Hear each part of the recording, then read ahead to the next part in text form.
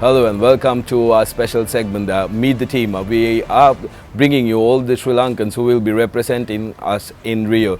First of all, we have today Matthew Abeysinghe, who has been instrumental in breaking records in Sri Lanka when it comes to swimming. Matthew, how does it feel like to finally make it to the Olympics? Moreover, to actually qualify to the Olympics and make it there. Well, thank you first of all, and I mean it's an amazing feeling. Every kid wants to go to the Olympics, right? Whether they don't just have to be swimmers. Anyone who does an Olympic sport wants to go to the Olympics. So I've wanted to go to the Olympics since I started swimming when I was 4 years old. So to finally know that I'm going, like right after I touched the wall in Hong Kong for the qualification meet, and I never wanted to go as a wild card. I always wanted to go as a qualified athlete. So being able to do that and go as a qualified athlete, I can't even describe how much it means to me. It's amazing. Brilliant. And how has the preparation been so far when it comes to the run up to the Olympics? Because I'm sure you must have had a very tedious schedule going up because you actually wanted to qualify. Although you were given the opportunity of wildcard, you actually wanted to qualify and represent the country. Yeah. So we rested a little bit for the Hong Kong meet. That means our training got a little bit easier, so we had more energy for the meet. And after we got back from Hong Kong, our intensity went up again. So we've been training really hard. I'm kind of tired. I just finished practice a couple of minutes ago. So again, like a week before the meet, the intensity will go down again, so I have more energy for the meet. But right now we're just working on small little things that I still made some mistakes in my race in Hong Kong, so I know I can get faster. So we're just working on fixing those small mistakes, like my turn, my start. The last 10 meters of my race was really bad, so we're just working on the really small things. And then we're going to the Olympics well in advance, I think about a week and a half or 2 weeks in advance, so we can get accustomed to the time zone difference, which is really good. So just working on the small things so I can get a little bit faster at the Olympics. Lovely. That was an insight to Matthew's training, the run-up to the Hong Kong race where he actually qualified, and also what he plans to do when it comes to the upcoming Olympic Games. And Matthew, tell us, South Asian Games were so far your golden moment where you got 7 gold medals, and also you actually broke 2 national records. So tell me about that experience and how much it has motivated you to get into Rio.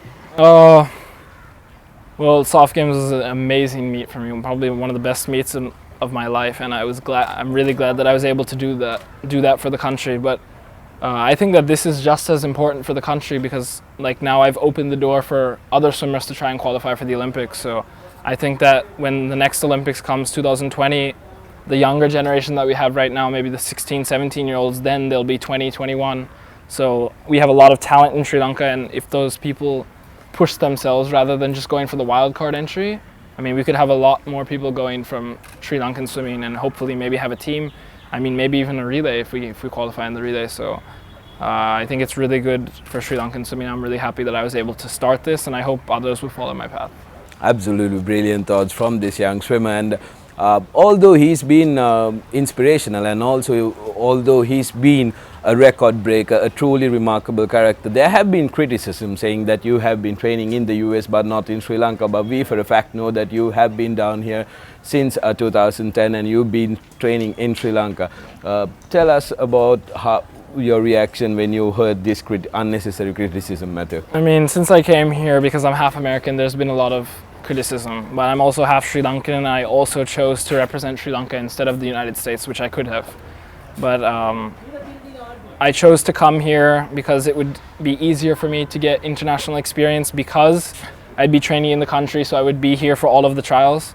My older brother, Andrew Abeysinghe, I'm not sure if you know, but he won 2 gold medals at South Asian Games in 2006. So he was living in the US and training in the US at that time, and he was not able to make it for the trial. So there were a lot of people who said a lot of bad things, and they didn't even want to let him participate because he wasn't able to come down for the trial for South Asian Games.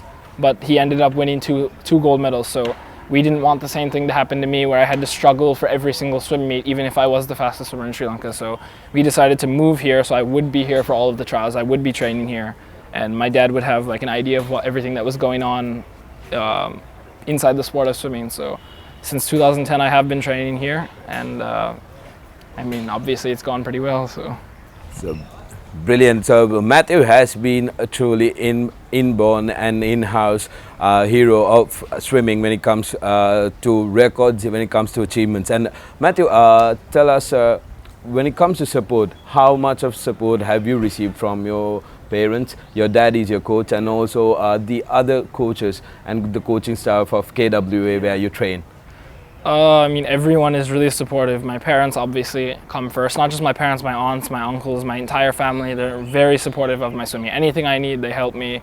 I mean, when I got close to a major competition like the Hong Kong meet, I've said this so many times, my brothers won't even let me do anything around the house. I mean, they do everything for me. They do all my chores, everything, just because they want me to rest and be ready for the meet. So my mom getting up every morning, cooking my meals, I mean, waking me up, making sure I rest, yelling at me when I'm not resting, and then my dad, who's busy at work. So that's why my mom has to do all those things, because my dad's always busy at office. So, and my dad, obviously, he's been my coach since I was 10 years old. So for half of my life, he's been my coach since I was 10 years old. I'm 20 now.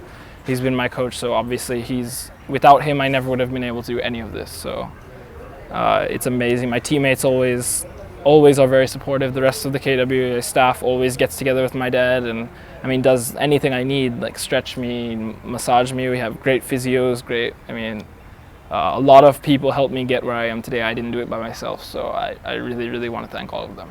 Absolutely brilliant. Thank you for joining us and talking to us. We wish that you will be able to perform at your best when it comes to Rio. Thank you so much. Absolutely, thank you.